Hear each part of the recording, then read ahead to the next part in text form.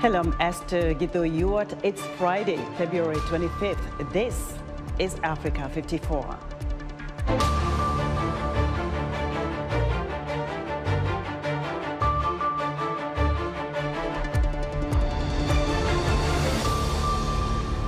U.S. President Joe Biden strongly condemns Russia's attack on Ukraine as fresh sanctions are launched.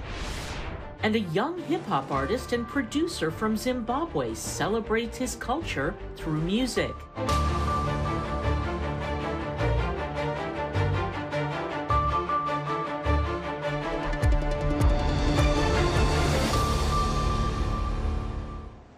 We begin with the crisis in Ukraine. Explosions were heard over Ukraine's capital early Friday, the second day of Russia's full-scale invasion of neighboring Ukraine, as Ukrainian and Russian forces battle on the outskirts of Kyiv. Sirens were also heard in the western Ukrainian city of Lviv, not far from the Polish border, where many foreign embassies had to relocate. For the moment, Russian missiles pounded Kyiv Friday as Russian forces pressed their advancement. Video shows massive apartment buildings with heavy damage, with parts of the structures reduced to rubble of twisted steel and concrete. Authorities in Kyiv, a city of 3 million people, say they are preparing for an assault aimed at overthrowing the Ukrainian government. Meanwhile, U.S. President Joe Biden and NATO heads of state and government held a virtual meeting Friday morning to discuss the war. U.S. Vice President Kamala Harris also joined a virtual meeting with leaders of Bucharest 9, a group of NATO members of the eastern flank of the alliance. The United Nations Security Council members are planning to vote Friday on a resolution that would condemn Russia for invading Ukraine and reaffirm the country's sovereignty, territorial integrity and independence. The Security Council is also expected to call on Russia to immediately, completely and unconditionally withdraw troops from Ukraine. NATO has activated its defense plans for member states in the region. The U.S. has not deployed any troops to Ukraine, but it has sent forces to NATO member countries. Ukraine is not a NATO member, but wants to join the alliance, something Russian President Vladimir Putin vehemently opposes. For the latest, standing by in Kyiv, Ukraine, is Heather Murdoch. Heather, what can you tell us?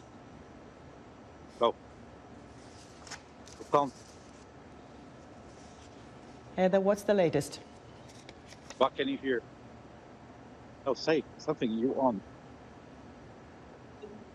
Ukraine and Kyiv, and it's a very quiet night, but we are expecting possible attacks on the capital this evening. We're not sure when or how. We just heard gunfire and some sirens to indicate that it might happen soon. Today has been fired after bombs this morning, and a Russian invasion that began yesterday and has continued towards the capital throughout yesterday and today. Heather, this must be a very terrifying moment for Ukrainians. How are they reacting? People have gone inside. They're afraid. Many people are in bunkers underground right now. The U.S. also, Heather, and other Western countries have imposed sanctions against Russia. But can they go deep enough for Russia to stop this invasion against Ukraine? No, I really don't think so. I think the sanctions will hurt the economies of the world, and eventually they will fade away. But for now, Russia is moving ahead regardless of the sanctions. So far, when you talk to people in Ukraine and, analysts, do you get a sense that what Moscow's ultimate goal is in this invasion? No, it's really hard to say if Moscow really wants to take over this country or not. But we do know that Russian troops have taken over at least the military control of a lot of the country, and we have yet to see if they're going to take over the capital and the government and start trying to rule this country as well as control it militarily. Heather, we've seen reports of deaths, injuries. How are the hospitals coping so far? So far, there have been some civilians killed, and many soldiers have been injured and killed, but there have not been enough injuries and violence to know that there has been an overwhelming of the healthcare system here. Heather, stay safe. Heather Murdoch. Thank you very much for that update. Heather Murdoch reporting there from Kiev, Ukraine. U.S. President Joe Biden is strongly condemning what he calls Russia's unprovoked and unjustified military attack on Ukraine. VOA White House Bureau Chief Patsy Widakuswara has our report. Sirens in Kiev as Russian President Vladimir Putin launched a full-scale invasion of Ukraine, unleashing airstrikes and ground troops across the border. Ukrainian President Volodymyr Zelensky called on citizens to take up arms. Thursday morning, he spoke with U.S. President Joe Biden, who coordinated with G7 leaders to roll out fresh sanctions against Moscow. We've already seen the impact of our actions on Russia's currency and the ruble, which early today hit its weakest level ever in history. The Russia stock market plunged today. The Russian government borrowing rate spiked by over 15%. The latest package includes sanctions on more Russian elites, debt and equity restrictions on 13 Russian enterprises, limiting exports of U.S. technology to Russian military, and sanctions on Russia's major financial institutions. The two largest state banks, Sberbank and VTB, those two banks are two of the most core and large and systemic in the Russian financial system. So I think it's incredibly important that those two banks handling a majority of the dollar transactions in the country were actually subject to sanctions. Sanctions were also slapped on Belarus, a Kremlin ally that has held joint military drills with Russia to pressure Ukraine. U.S. and allies did not move to kick Moscow out of the SWIFT banking system, a critical financial network that connects thousands of banks around the world. Nor did they sanction Putin personally, but those options remain on the table. 69% of Americans support additional sanctions on Russia, according to a Reuters Ipsos poll. But 62% oppose sending U.S. troops to defend Ukraine, which Biden repeatedly said he would not do. No matter how unrealistic Western leaders might have thought it would be to protect Ukraine using direct military force, there was no need to advertise the fact that they were not willing to do so. On Thursday, the U.S. sent 7,000 troops to Germany to help reassure NATO allies, in addition to the thousands recently deployed to Poland and Romania. Meanwhile, more than 100 NATO warplanes and over 150,000 troops have been put on high alert. NATO leaders are meeting virtually Friday to map out their next steps. Patsy Widakuswara, VOA News, Washington. Global stocks calmed on Friday after a tough Thursday. Russia's invasion of Ukraine sent oil prices to their highest in years and drove big sell-offs in stock markets. A late Thursday rally on Wall Street was followed on Friday by a degree of recovery in Europe and Asia. Asia-Pacific shares outside Japan gained about 0.8%. Japan's Nikkei rose close to 2%, but some analysts worry any rallies could be brief due to worries about the impact of Western sanctions on Russia's ability to export crude and fuel. Oil prices again jumped on Friday by nearly 3% to almost $102 a barrel. Brent crude went above $100 a barrel for the first time since 2014 on Thursday. Markets also fear inflation could heat up further in the Eurozone due to its reliance on Russian gas supplies. Meanwhile, the Ukrainian Minister of Foreign Affairs is calling on the U.S. to lead an effort to ban Russia from SWIFT or the Society for Worldwide Interbank Financial Telecommunication, a global provider of secure financial messaging. And here are how Nigerians are reacting to Russia's invasion of Ukraine. In a statement Thursday, the Nigerian Foreign Affairs Ministry said it had received with surprise the reports of Russia's invasion of Ukraine and that plans were being made to evacuate Nigerian citizens who are willing to leave Ukraine as soon as possible. But airports, train stations and taxis in Ukraine all remain shut down Friday, with thousands still scrambling to safety. Nigerian citizens back home say the situation is worrying. The probability of bringing their allies into the situation is very high. And that's why it gives me concern, because you don't know how that can turn out. This is the same way World War II started. We should not just say, oh, it's not getting to Nigeria.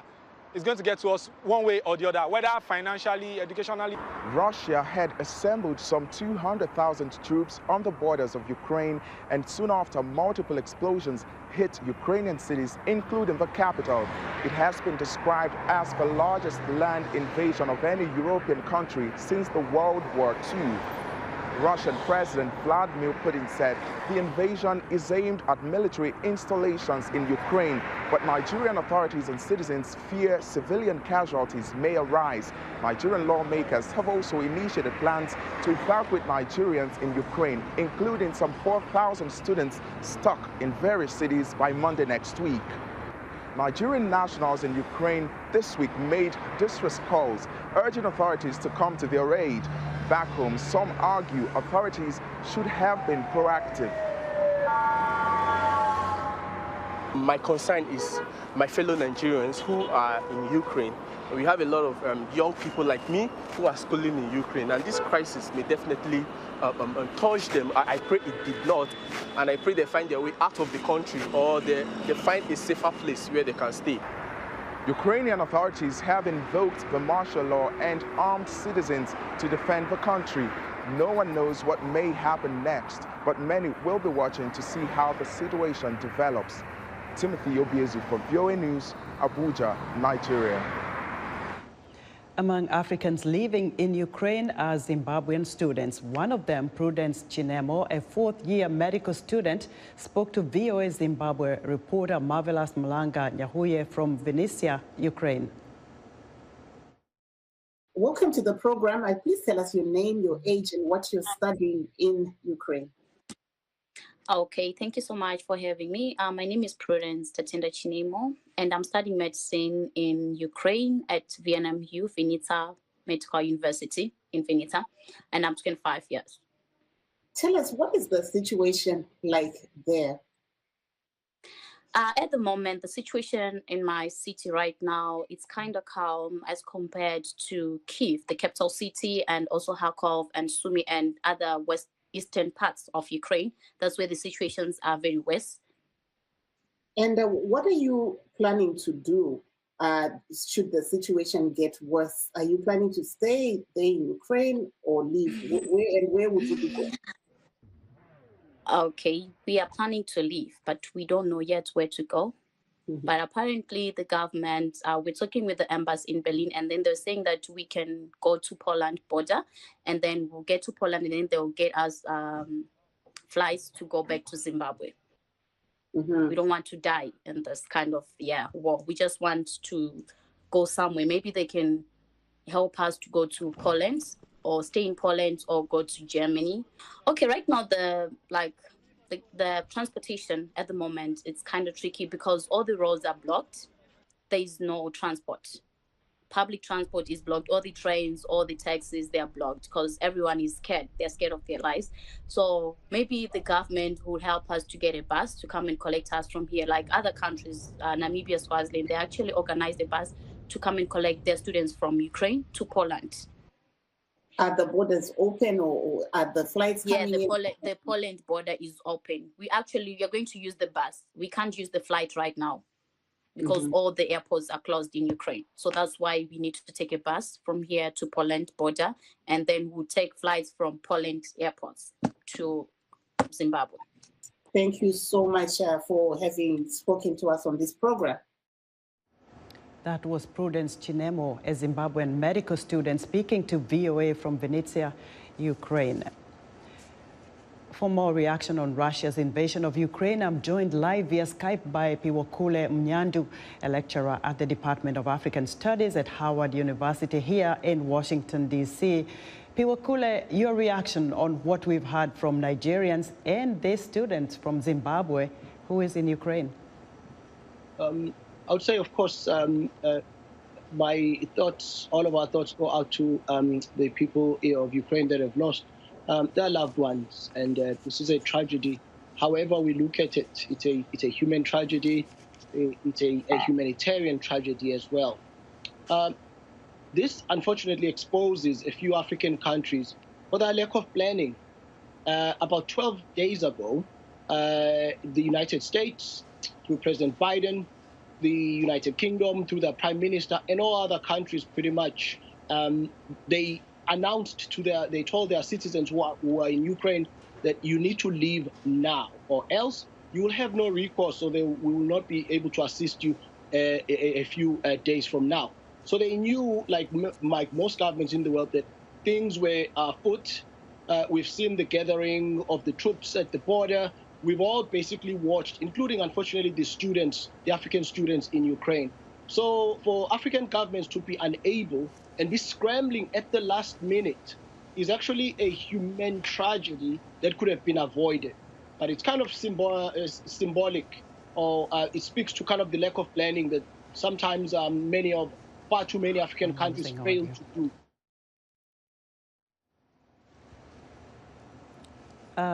Piwekule, let's take a listen to one of African presidents here. The African Union, rather, is condemning Russia's attack on Ukraine, and it's calling for an immediate ceasefire. The AU says the situation could spiral into what it calls a planetary conflict.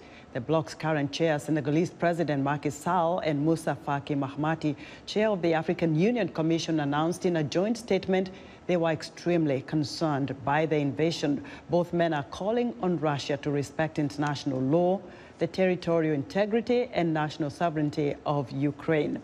Also, we have South African President Cyril Ramaphosa on Friday saying he is expecting to talk with Russia and the United States following the Russian invasion of Ukraine.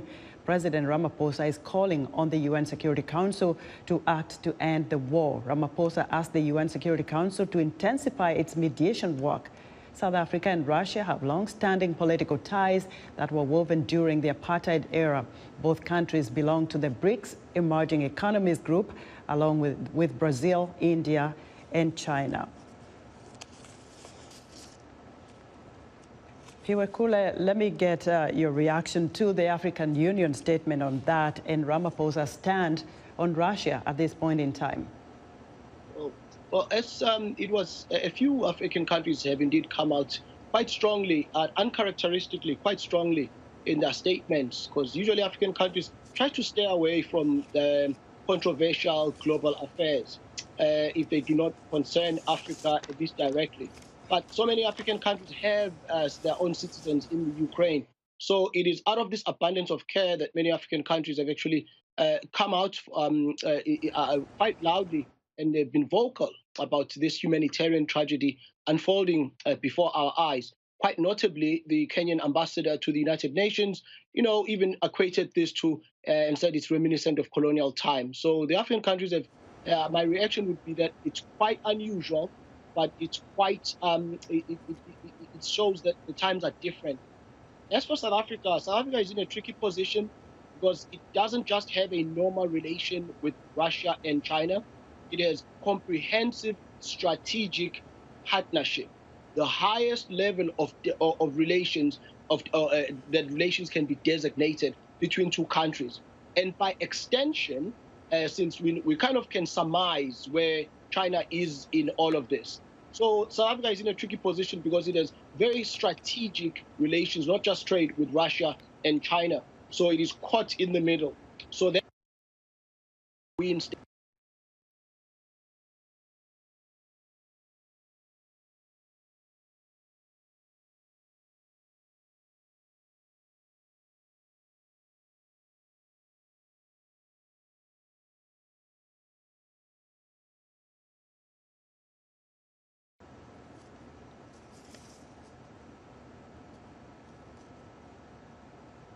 all right. I would also like to weigh in on hear what your thoughts are. I'm sure you're speaking to students at the Africa, Studies Department at Howard.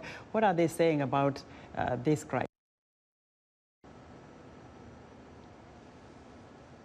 In the United States, they're quite alarmed, and because they are young and they are looking for their way into the world. Many of them are thinking of being volunteers, for example, and traveling and doing a study abroad for spring break. So they are quite, they had a lot to say about the human tragedy, and they were quite shocked by the turn of events. But of course, I was able, as their professor, to put into a wider context. They've never seen kind of conflict in their lifetime, at least in their adult lifetime. And so the students are quite kind of learning that the world that they're living in is not as innocent as they perhaps may have been led to believe. And it's still not not void of human tragedies. And this is one of them. Piwekule, we'll be looking more into this story on the impact for African countries as well. Thank you so much for your insight. Piwekule Mnyandu is a lecturer at the Department of African Studies at Howard University here in Washington, D.C. We're excited to hear what you think about Africa 54. Join the discussion on Facebook. The address is Africa 54. We're also streaming our broadcast live on Facebook. Please watch and share our show with your friends. Still to come, a hip-hop artist from Zimbabwe takes pride in cultural traditions. That's coming up after the break.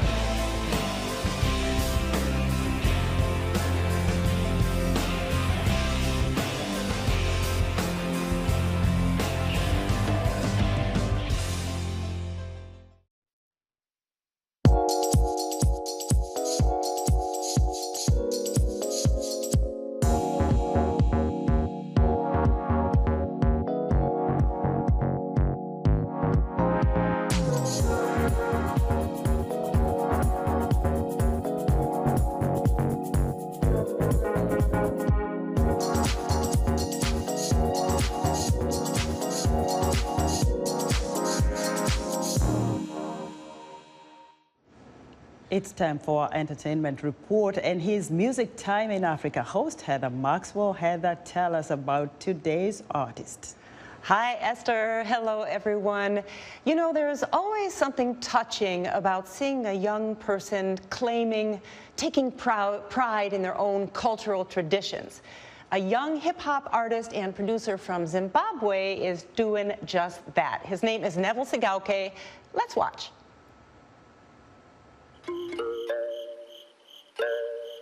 Once upon a time, a long time ago, in the 21st century.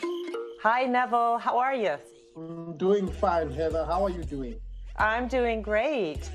You are a hip-hop artist, but you have a unique style called Mbiradzi hip-hop. Can you explain that? When we talk about traditional music in Zimbabwe, it's the pinnacle of instruments. For me, when I say Mbiradzi hip-hop, it's all about identity.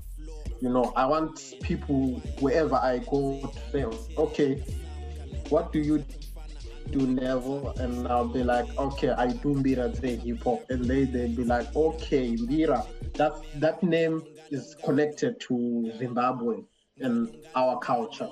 Ngano, ngano, ngano, ngano, ngano, ngano, ngano, ngano, ngano. I discovered you last year on YouTube with the music video that came out in 2020, Paivapo. That was really unusual and beautiful and poetic. It's a great video. You rap in Ndebele and English, right? So it's Ndau. Ndau. We put under, yes, the Nguni. Break my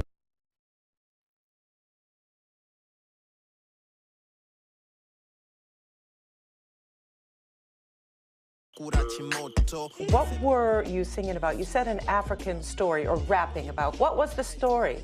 Normally in African cultures, when we grow up, you know, when we go to the rural areas, of course, there's no TVs, so it will be like an entertaining thing for kids to gather around the fire and their grandparents will tell those type of stories.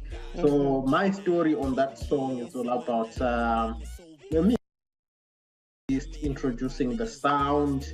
That's when we released first Mbiradzi hip hop song that we released was in 2014, and people went crazy for the song. They really loved the vibe, the sounds, yeah. You don't stop, get to 9, stand up and tell them we don't stop. Your new song that was also released on YouTube February 3rd, it's a different vibe. You have a singer with you. It's a little more poppy. Tell me about that.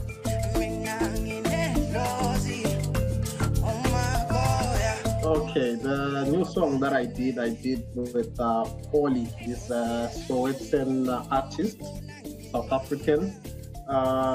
He normally sings amapiano. The song is called Idlozi, and Idlozi is an ode to the ancestors. We're just giving thanks to the ancestors, because we wouldn't be here if it weren't for those who came before us, you understand? So that's what the song is all about.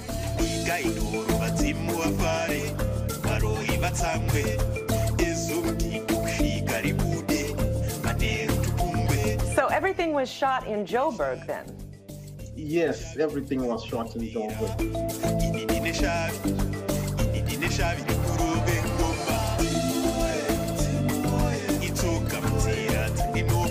Well, it's been a pleasure talking to you. It's been a pleasure. Thank you very much for the platform. I'm really over the moon. I'm excited about it. Bye, Neville. Thank you very much. Bye. All right, and with that taste of Mbiradzi hip-hop, have a great weekend. Back to you, Esther. You're not going anywhere yet. You know what? I like the coordination of the dance, the music, and the attire that they're wearing. What more did he tell you? He said they shot that in South Africa. You know, he takes great pride in the Mbira, but also in the dance customs and also the costume. And so it's sort of the whole package. How did you get in touch with him? You know, Esther, I search on YouTube, I talk to friends, people contact me on Facebook or however, and I just select the things that touch my heart, and Neville did. Yes, he was a good catch. Thank you so much, Heather. My pleasure. Be sure to join Heather Maxwell every Friday for the Africa 54 Entertainment Report. And that's our show for today. From all of us here in Washington, have a great weekend.